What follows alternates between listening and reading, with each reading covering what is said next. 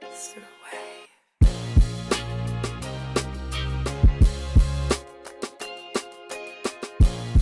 Hey guys, welcome back to another episode of Seek Joy, the podcast. My name is Cheyenne and I'm your host. If you're new here, welcome. If you've been here before, thanks for keep coming back. I know we haven't done a testimony in a while. I'm just really waiting on the Lord to send the people because the vetting has gotten a little bit different based on what I feel like the Lord is pushing this podcast towards. I love you. I'm sorry if that's what you're typically here for. I know it's been a lot on my voice. Okay. But if you keep coming back, thank you. Like, comment, share, subscribe. Do something for your girl, with your girl, and with Jesus. Okay. Because this is all for him, for his glory, for his good, and for my good because he loves me too and he loves you. Okay. First. Don't forget Logos, 60 days free. Free. It's in a link in the description below if you want to test it out. It's a really great Bible study tool. I talk about it all the time. Greek, Hebrew, all the things, right? 10 out of 10 recommend. And I got engaged. That's crazy. Yeah, crazy. I figured I should probably tell you because I've actually recorded a few while I have been engaged. But I was like, I want to make sure this hopefully comes out at the time, like post us actually announcing it. So yes, my partnership and I are engaged. That feels crazy to say out loud. But I'm excited and I'm grateful for him. He's a blessing to my life. He is the calm in every storm I'm in. Yeah, I'm just grateful and I'm excited. And we're moving on to the next chapter of life. So, yeah, which is an exciting way to start the podcast. But then we're going to shift a little bit of gears, okay, y'all? Because, that's what we do. That's what we do around here, okay? So, fam, this is another really open conversation we're about to have. I have been having a lot of heavy conversation with the Lord just about like myself, and I'm just irritated with myself. I'm just sick of myself, if I'm honest. Like it's like I just feel like I'm failing to hit the mark that we're supposed to hit in the walk with Christ and in the things that he's given me enough wisdom to knowledge and know that I know better. Like I know better. And I've just been really struggling with like the idea of really impure thoughts about people, about myself, and like my bitterness or my irritation. Like I can feel it brew, but it's like coupled with like just unkind things that I'm thinking, like whether it's I'm irritated with how people in front of me are driving, which it's not that deep, Cheyenne. It's not that deep, like that small of thing. Or like I'm irritated at how long it takes somebody to respond to something, or like just anything you can think of. And then I'm having just like, there's just certain people in my life where I'm like, Lord, like I don't want to be like this. Like, I don't want to have these thoughts about this person. I don't want to feel irritated when I'm in the space with them. Like, why? Like, I don't want this. Take it away. Like, I've been praying, and then, like, even recently, I literally was like, bro, like, I'm mad at you, essentially. Like, I keep asking you to take this from me, and you won't. Like, why won't you take this from me? Like, I'm sick of myself, God. Like, I'm literally I'm sick of these thoughts. I'm sick of being impure. Like, I don't want to be like this. Like, I don't want to think about people this way. I don't want to think about myself. Like, I just don't want to think about these things like that. Right. And it was like a really, just really opening time with the Lord where I was just like, I could never hate God. Like, I love him, but I was like, bro, like, I don't understand. Like, what I'm asking you to take something from me that is so unholy. Like, why would you not just take it? Like, I'm sick of me.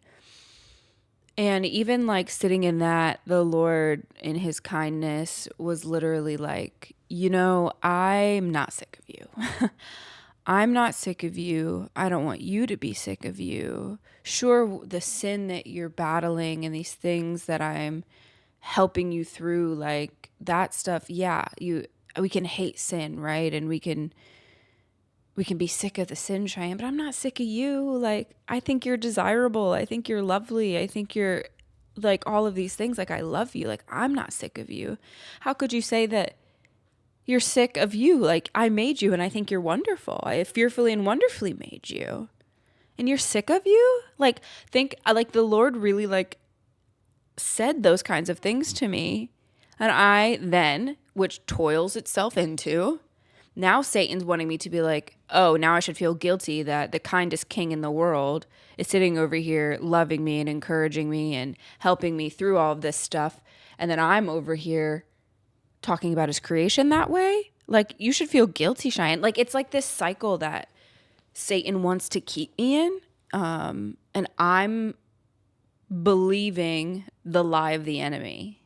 Like, I'm allowing things to take root in me. Like, the fact that I even sat there for a minute, I was like, yeah, like, I'm just sick of myself. Like, why does, like, I'm irritated. Like, I'm over it. And it's just like a perpetual overflow of complaining, just in like a different way.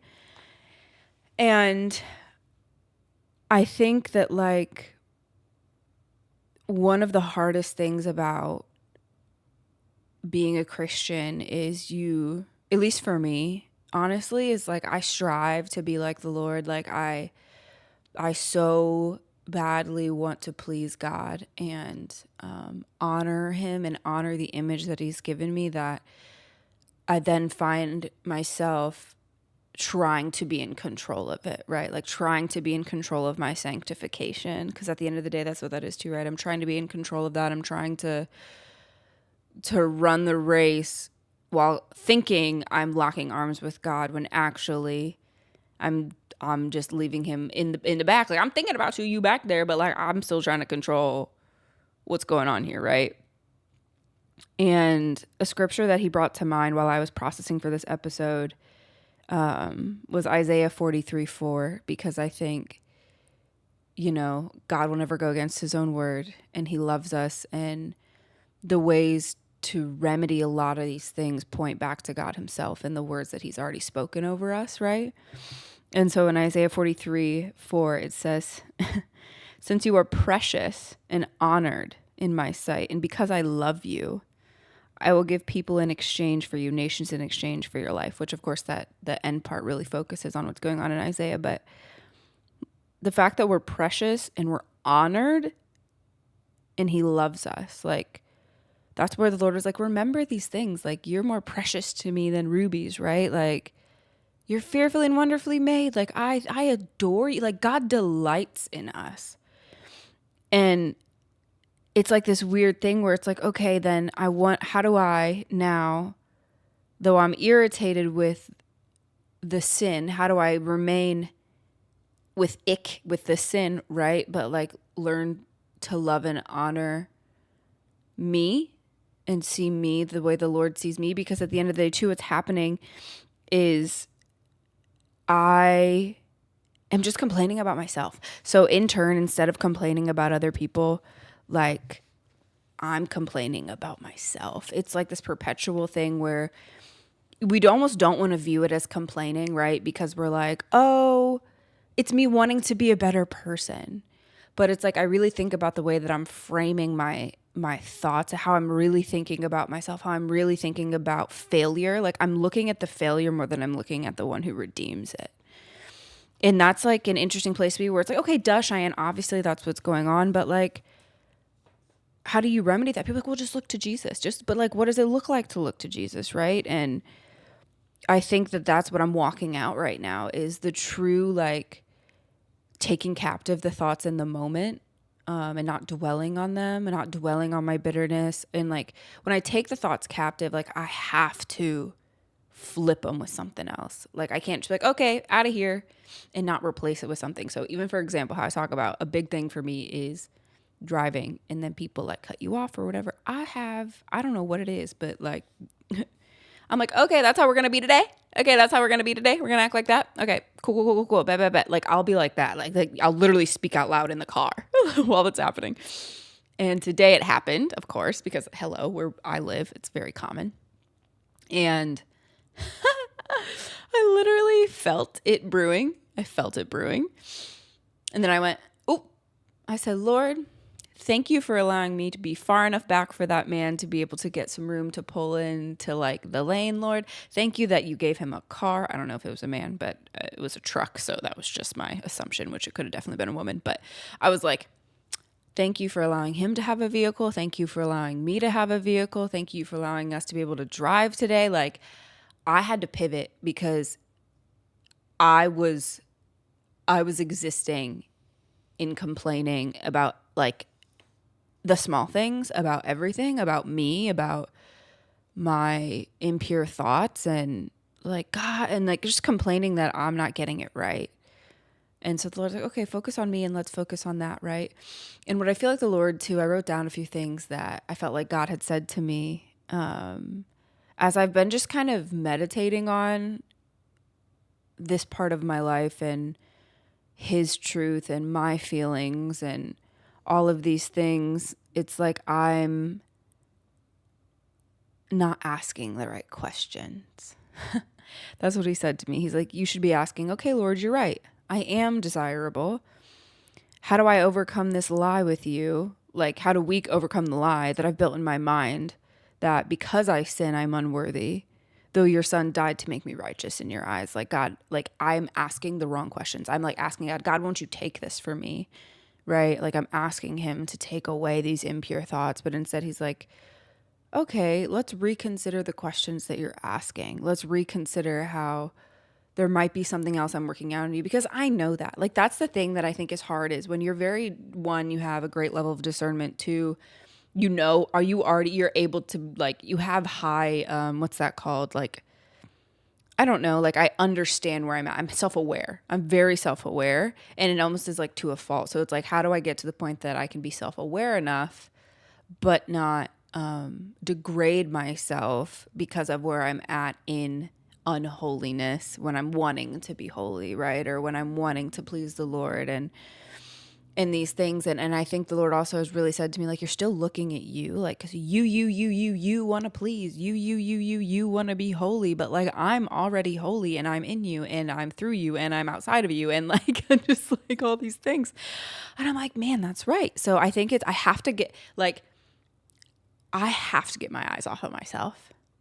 I have to get my eyes off of myself. And it's so hard because it's inherent and it's in nature, because we live in a fallen world, right? Like we have more thoughts about ourselves than we do about anything else. What am I going to eat today? What am I going to wear today? Oh, that person made me feel this way. Or, oh, I don't want to do this task. Or, oh, I have to do this later today. We think about ourselves more than we think about anything else. And I think that's the hardest challenge, is how do I now pivot my mind so I think about the Lord truly, truly, truly more than I think about me? How do I attempt even to think about the Lord more than I truly think about me? You know, and that's the in-between that I'm figuring out right now. And he's just being kind and patient with me. And I'm not being patient with him because I'm asking him to pull the thorn from my flesh right now. And he's like, child, that is there for my glory and your good. Okay. Okay. And I think that this is also what I feel like the Lord's been saying to me is, I still strive for perfection, just with like a Jesus Band-Aid on it. Like I still strive for perfection. I want to be perfected, because I think also like I do believe in a very overarching way our souls desire to be perfect, because we want to be with our Father and our brother and our dad and our Redeemer and our provider. Like we want to be there and we want to be perfect with them. Like I think it's good and it's honorable to go towards perfection, but I'm unintentionally idolizing perfection. I think I've struggled with that my whole life. Like even before I knew the Lord, like I've always cared what people thought about me. I've always cared that I've done things right. Like I remember when I first got a B when I was in like little, like I cried. Like there are just things where like, even if I do something wrong this is what I've realized about myself. I think it's perfect in my mind.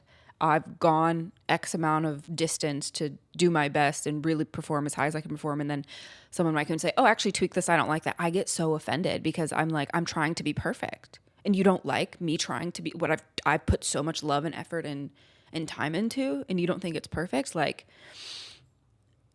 I've just attached it now to my walk with the Lord.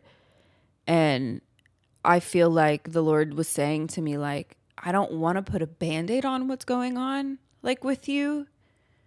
Like that's what the world would do. All of your lesser loves, that's what those things are doing. I don't want to do that. I don't want a Band-Aid, that the Band-Aid's a cute Jesus Band-Aid. Like I don't want that. I don't want the counterfeit, right? That's the counterfeit. The Band-Aid's the counterfeit. Jesus wants to be the hydrogen peroxide going into my wound. He doesn't just want to be the Band-Aid on top of it. He's like, let's clean you out for real, okay, so that I can heal you. I don't just want to put a Band-Aid to cover it up. Like I want to heal you. And it's going to be painful. Think about when you put hydrogen peroxide in a wound, it's painful. But what does it do? Heals it up pretty quick, right?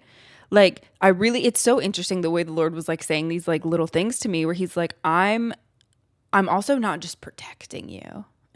I don't want to just protect you. Yes, I'm your protector. Yes, I want to redeem you, but I want to heal that. I want to heal that. Like and I feel like the Lord is saying, if I sat here and protected you from these impure thoughts in the way that you're expecting me to protect you, you're not going to grow. Your spiritual maturity is going to stay in one spot. And even in the Lord, like saying that to me about not just wanting to be my protector, I really feel like he said that I'm focusing on how I think I would fix the problem or how I think the problem should be fixed. Like I'm focusing on the spiritual disciplines that I think should fix the problem. I'm like, okay, I need to pray more. Okay, maybe I need to fast more. Okay, maybe I need to almost like putting works in connection to sanctification and faith in a way that like the Lord is not honoring to the Lord because I'm not doing it for the right reasons. Like I'm more worried about the spiritual disciplines than I am about the Holy One that's even allowing me to be spiritually disciplined. Like he's like, whoa, like what are you doing? Like he said to me, I should be listening to him and what he says I should do rather than what I think I need to be doing. Like I should be considering what he wants. So instead of me being like, okay, let me just pray more. Let me just whatever. I should be asking, okay, Lord, this is something we need to work out of me, right? Like, and I love you and you're good and you've covered me and you desire me. What do we need to do to sanctify this part? Because I love you and I want to honor you and I want to honor your body and I want, because this is your mind, Lord. This is your mind. This is your body. Like everything I have that is good is yours. And I want to honor those things, right? And I think I wasn't even asking that question. I was just assuming, okay, I know the things I can try. I know the things that have worked before. But I think that's the part of like sanctification and spiritual growth and spiritual maturity where the Lord's like, that's beautiful and that's good. And those are wonderful things to lean in on. And I'm sure they're strengthening other parts of my walk. He's like, but there's something else I'm trying to do here within you, right? Like, again, you're relying on your own understanding. You're relying on what you think is best. You haven't even asked me what you should really be doing. You haven't considered there's more, right? And God is just really kind and really merciful and still delights in me even when I think I'm doing too much or when I think I'm unlovable or when I get irritated and messy. It's like I really felt like the Lord showed me him being a shepherd, right? Like the staff and the rod and like him just like pulling me back. He's like, hey, you know, like he's just steering me and he's like, hey, hold on, you know? And I think that's one of the hard things too, is I have to accept that not the direction of God, but the delight of God, in me. Because I think I also struggle, like whatever we struggle with, whatever you see that you're struggling with in relationship is typically what you're struggling with God in. So like me struggling in God delighting in me, I struggle in being delighted in by my partner, by my friends, by a stranger just randomly being kind. Like I'm very uncomfortable being delighted in. Like I'm incredibly uncomfortable being delighted in. Or I think about, you know, like even just really trusting and having the faith that the Lord will work this out of me, right? Like that shows in my other relationships where I'm like, okay, well, this person will just want to leave. They only like me or they only want me because they're getting something, right? So it's very revealing if I look at how I feel in relationships, and not that these people are doing anything wrong. They're not. It's literally my own self-protected vows or things that I have believed or things that I believe about God that are manifesting in these relationships. And so when it comes to like delighting in the Lord, truly delighting in the Lord, and allowing Him to delight in me, it's uncomfortable. And I think that that's where the Lord is trying to grow me, right? I'm sitting here thinking holiness has to look like X, Y, or Z. And the Lord's like, holiness also looks like delight. Like, holiness also looks like delight.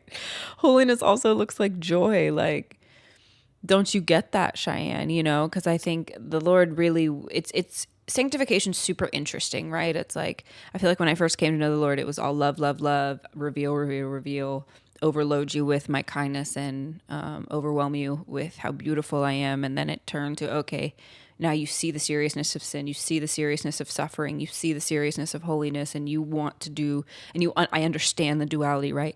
And now I think the Lord's like, okay, now that you've grasped these parts of me, let's move on to something new. And I think that's kind of why the Lord's like, yes, spiritual disciplines that you're thinking about are working, but let's talk about the spiritual discipline that's connected to delight. And I was like, what do you, what? So that's the whole thing, is the Lord in His kindness and in my frustration is still revealing more of Himself to me, because He already knew my prideful heart. This was probably the best avenue to be able to reach me. He knows me better than I know myself, right? Like, and that's the truth that I lean on in these moments when I'm like, oh, like I'm sick of me, or I'm so irritated with how I'm behaving and I feel defeated, right? Like, these are all feelings. And I have to lean on the truth of who God says that He is. Like, do I believe Him or do I not? And there's things that the Lord works out in my heart where He's like, you actually don't believe this about me. And let's figure out why, so that you can start believing it and we can heal that. We can hydrogen peroxide that right up, girl. Okay? We could do that. We can clean her out real good. So yeah, I want to keep having a conversation about the spiritual discipline of enjoyment, because no one really talks about the spiritual discipline of enjoyment. That's what I mean, is I think the Lord's really trying to open my eyes to more than the obvious, right? Like, more than the, oh, okay, this makes sense, like, because everybody talks about it. And I think also delight in the way of basking in His presence, being with Him, but also delight in His people and in His church. Because I think enjoyment is not just meant to be something we have or do alone. It's something that we have and do with other people. So this is part one. Stick around for part two. We're going to finish up the conversation about how I go from being so sick of me, okay, y'all, all the way over to, oh, this is just the kindness of God to reveal the spiritual discipline of enjoyment. Because, y'all, I went down a rabbit hole researching spiritual disciplines after I was like, wait, is this true? Because spiritual disciplines and fruit of the Spirit are different, though, so don't get it twisted. Okay, or that's what we're gonna unpack, just a little bit more about spiritual disciplines and how the Lord has just been loving me in all of it. So come back for part two. I love you. Thanks for being here. Don't forget to like, comment, share, subscribe, and we'll get together again soon. I love you. Bye.